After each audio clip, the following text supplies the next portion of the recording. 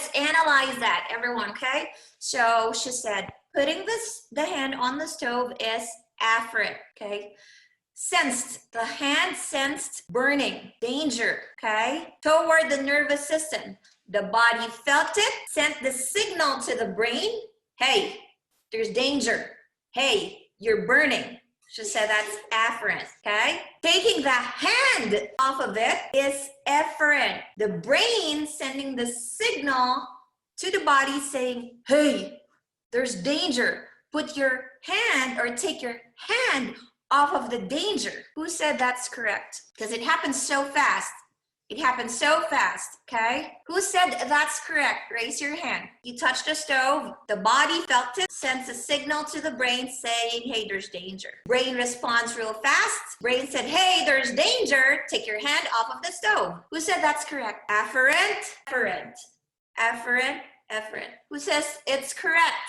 Hands up or thumbs up. It is correct, okay? It is correct. Good job, Elizabeth. At what point of the audio lecture are you at? I think I'm on like 9 or 10. Okay. That's good. So, did you hear me talk about the same exact example?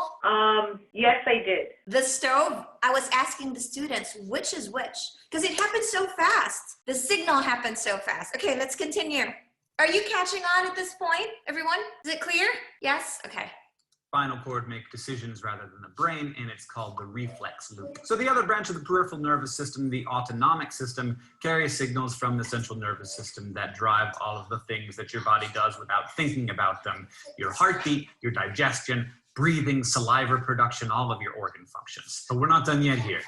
We need to go deeper. The autonomic nervous system has two divisions of its own, the sympathetic and the parasympathetic. And the jobs that these two perform aren't just different, they're completely opposite.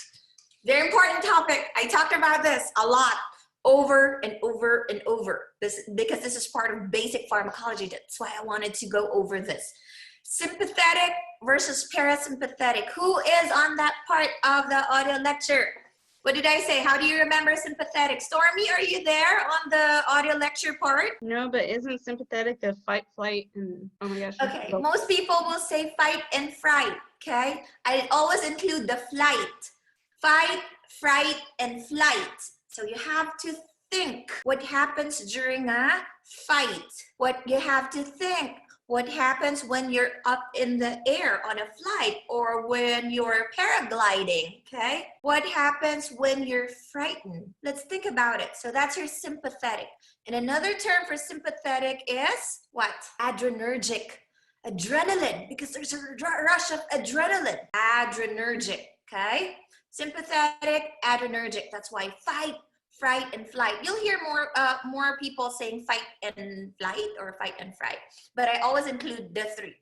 So let's analyze or let's give examples. During fight, fright, or flight responses, what do you think happens to your pupils, James? Don't they, forgot the term, they get wider, right, or smaller?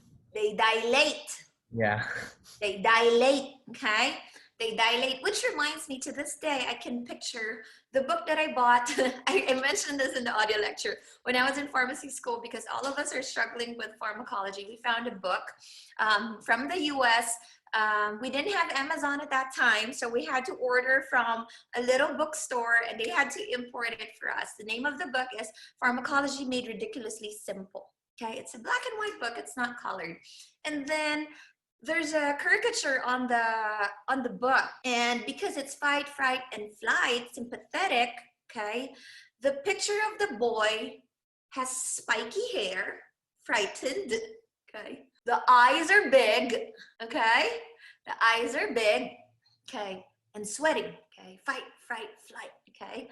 And then if I'm in a classroom, I would draw the picture of the parasympathetic, which I'll be talking about next. Parasympathetic, okay, is your, another term is cholinergic, C-H-O-L-I-N-E-R-G-I-C. This is your rest and digest, okay? But before I go to the rest and digest, let's go back talking about more examples. So dilated pupils. Christine, what do you think happens to our heart rate during sympathetic response or adrenergic response? Heart rate is? I have to be honest, I'm a little confused about this whole topic right now. Okay, so sympathetic versus parasympathetic. Sympathetic, adrenergic from the word adrenaline. Just think about what happens to you during a fight, a fright, or a flight. My Shauna, what happens to your heart rate when you're on a fight, fright, or flight response? When you're scared, what do you think happens to your heart rate? Elevated. Elevated, increased heart rate. Dilated pupils, increased heart rate, okay? So are you catching on? And then parasympathetic is your cholinergic. I said rest and digest responses. So I remember that book, Pharmacology Made Ridiculously Simple, okay?